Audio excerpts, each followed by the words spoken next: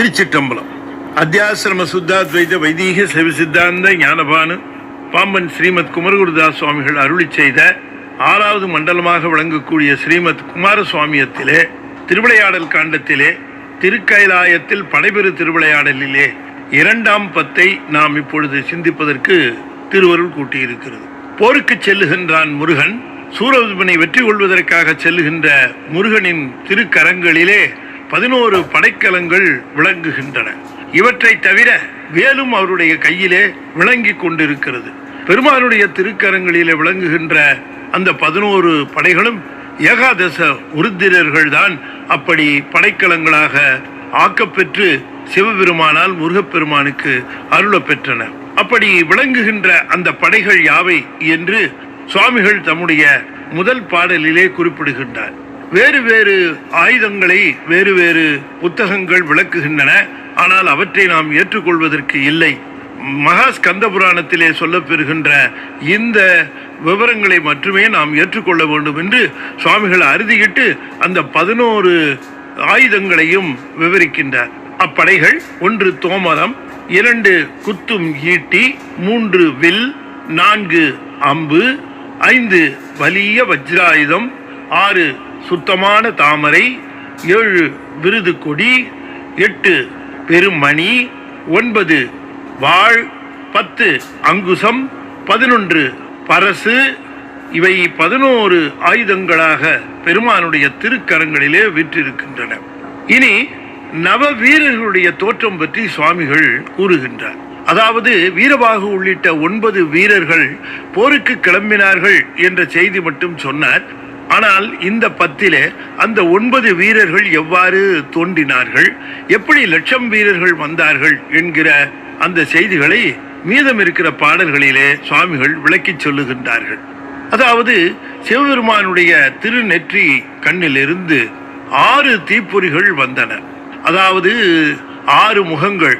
வடக்கே வாமதேவம், தெற்கே அகோரம், கிழக்கே தத்புருஷம், மேற்கே சத்யோசாதம், சற்று மேல் நோக்கி ஈசானம், கீழ் நோக்கிய அதோமுகம். இப்படி 5 திருமுகங்களையும் எடுத்து 5 திருமுகங்களிலும் இருக்கக்கூடிய நெற்றிக்கண்களில் இருந்து 6 தீப்பொறிகள் தோன்றின. 5 திருமுகங்களுடைய சிவபெருமான் 6வது முகமாக அதோ முகத்தையும் எடுக்கின்றார். அப்படி அந்த 6 முகங்களிலும் 6 நெற்றிக்கண், 6 நெற்றிக்கண்களில் இருந்து 6 தீப்பொறிகள் தோன்றுகின்றன. அந்த 6 தீப்பொறிகளும் ஆகாசத்தில் நிற்கின்றன. இந்த தீப்பொறிகள் தோன்றிய உடனேயே இதனுடைய வெம்மை தாங்காமல் தேவர்கள் எல்லோரும் மருண்டு ஓடினார்கள். அப்பொழுது அருகே இருந்த உமையும் அந்த வெப்பத்திற்கு அஞ்சி அது ஏதாவது தீங்கு புரியும் போல் இருக்கிறதே என்று கருதி அவள் ஓடினாளாம். அப்படி உமையே அஞ்சி ஓடினாள். அப்படி ஓடுகிற பொழுது அவருடைய சிரம்பில் இருந்து நவமணிகள் தெரித்து விழுந்தன. அந்த நவமணிகளிலும் உமையினுடைய உருவமானது பிரதிபிம்பமாக தெரிந்தன.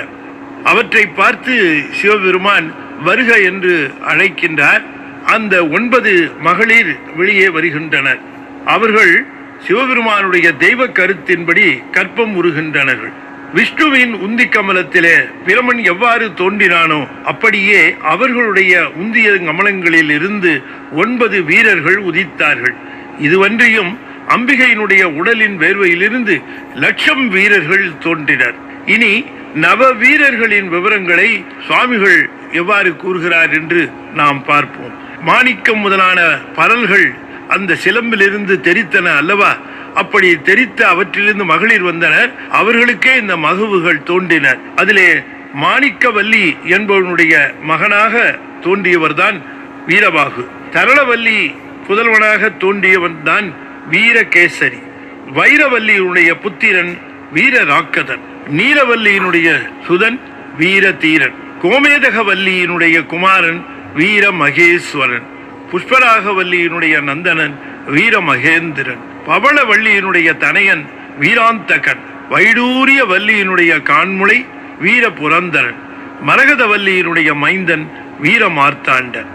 மகன், புதல்வன், புத்திரன், சுதன், குமாரன், நந்தனன், தனையன், கான்முளை, மைந்தன் என்கின்ற சொற்கள் எல்லாம் ஒரே பொருளாக இருக்கக்கூடிய மகனை குறிக்கின்றது. எனவே இவர்களெல்லாம் 9 அந்த மாணிக்கவல்லி முதலான அந்த மகளிர் 9 வீரர்களை ஈன்றெடுத்தார்கள். அந்த வீரர்களே வீரபாகு, வீரகேசரி, வீரராக்கதன், வீரதீரன், வீரமகேஸ்வரன், வீரமகேந்திரன், வீராந்தகன், வீரபுரந்தரன், வீரமார்த்தாண்டன் என்று சொல்லப்படுகின்றவர்கள். முருகனுடைய திருக்கோயில்களிலே நவ வீரர்களையும் பிரதிஷ்டை செய்து அந்த நவ வீரர்களையும் வணங்குவது ஒரு மிகப்பெரிய ஒரு மரபாக இருந்து வருகிறது. திருத்தணியிலே சென்றாலும் கூட நாம் இதனை பார்க்கலாம். இந்த நவ வீரர்களை நாம் வழிபட வேண்டும். முருகனை வழிபடுவதோடு இந்த நவ வீரர்களை வழிபட வேண்டுமே தவிர நாம் நவக்கிரகங்களை வழிபடக்கூடாது என்பது சுவாமிகளுடைய சித்தாந்தம். எனவே இந்த நவ வீரர்களும் எப்பொழுதும் முருகனை வணங்குகிறவர்களுக்கு தக்க பாதுகாவலாக இருப்பார்களாம்.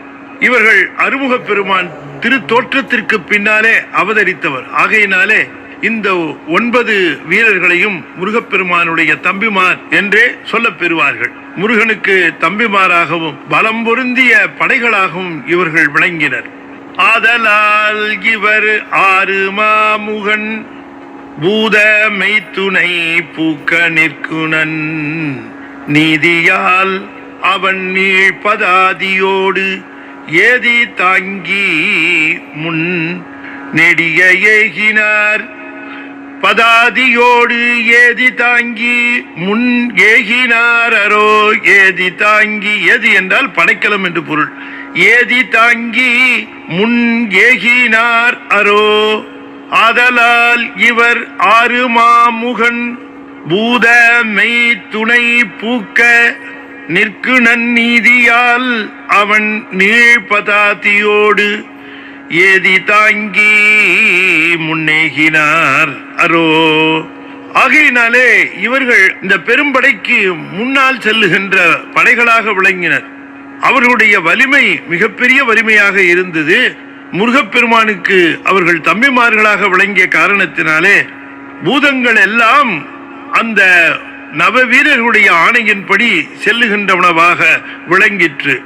எனவே தூய்மையான அந்த 2000 பூத வெள்ளமும் துணை நிற்க நன்னீதியால் நல்ல முறைமையினாலே பொலிவர நிற்கின்ற இந்த பெரும் படையுடன் அவன் நீள் பதாதியோடு, பதாதினா காலாட்படை, காலினாலே செல்லுகின்ற படை காலாட்படை, தேரிலே செல்லுகிறது தேர்ப்படை, யானை மீது செல்லுவது யானைப்படை, குதிரையிலே செல்வது குதிரைப்படை, இங்கே செல்வது முழுக்க பதாதி என்று குறிப்பிடுகின்றார்.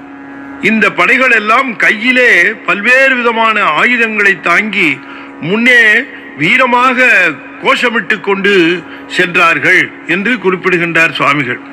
அவ்விலக்கரும் அவ்வல் வீரரை செவ்விதில் தொடர் திண்மை ஊற்றனர். 1,00,000 வீரர்கள் வந்தார்கள் அல்லவா, அவர்களும் இப்பொழுது முருகனுடைய படைகளாக விளங்கினர். அவர்களுக்கும் சிவபெருமான் திருக்கையிலாயத்திலே படைகள் தந்து அவர்களை ஆசீர்வாதம் செய்தான். அந்த இலக்கத்து 9 வீரர்கள், அதாவது நவ வீரர்களோடு சேர்ந்து இந்த இலக்கத்து வீரர்களும், இலக்கத்து வீரர்கள் என்றால் 1,00,000 வீரர்கள், இவர்களும் சிறந்த தம்பிமார்களாக விளங்கினார்கள்.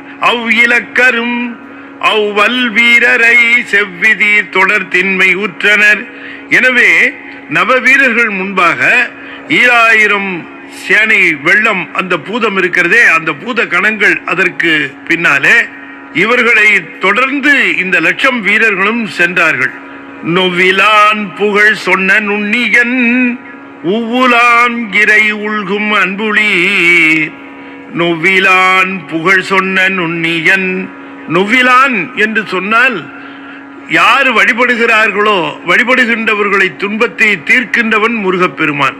அவனை உள்ளன்போடு வணங்குகின்றவர்கள், அவனை தவிர எமக்கு வேறு கதி இல்லை, அவனே எமக்கு தஞ்சம் அடைக்கலம் என்று வந்து வணங்குகின்றார்களே, அந்த அடியார்களுடைய துன்பங்களை நீக்குகின்றவன் நொவ்விலான்.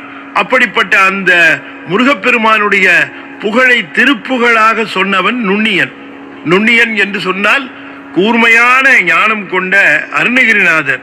எனவே கூர்மையான ஞானம் கொண்ட அருணகிரிநாதர் திருப்புகழ் பாடி முருகனை வழுத்தினார். உவ்வுலாம் இறை உள்கும் அன்புளீர்.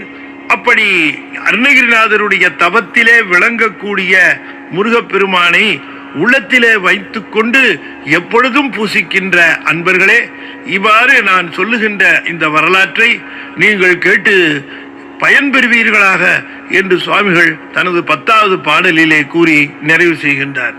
எனவே திருக்கயிலாயத்தில் படைபெறு திருவிளையாடல் என்று சொல்லக்கூடிய இந்த பகுதியிலே 2 பத்துக்களை அருளி செய்கின்றார்.